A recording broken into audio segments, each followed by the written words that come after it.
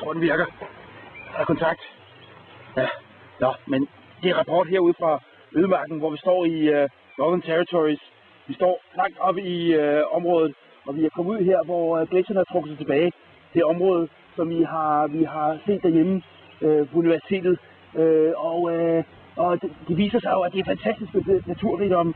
Det der er vores plan, det er jo, at vi vil rykke den her vej. Vi står nu hernede i gletsjerområdets sydlige del, og vi vil gerne rykke op nordpå og komme længere ind. Men forløbet har vi jo kommet til udkanten, og der er jo nogle fantastiske ting her. Min assistent og jeg, vi har jo fundet det her mineral, og jeg har ikke set noget lignende i mine 20 år som professor ved Columbia University. Har jeg aldrig nogensinde set noget lignende.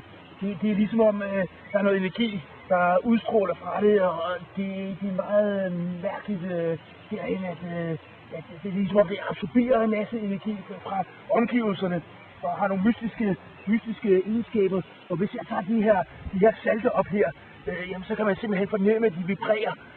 Altså, de kunne godt være noget, som simpelthen vil ændre vores verdensbillede og energiforsyning. Så det er helt unikt. Og det fantastiske er jo, at det er et område, som simpelthen har været afskåret fra omverdenen i mange tusind år.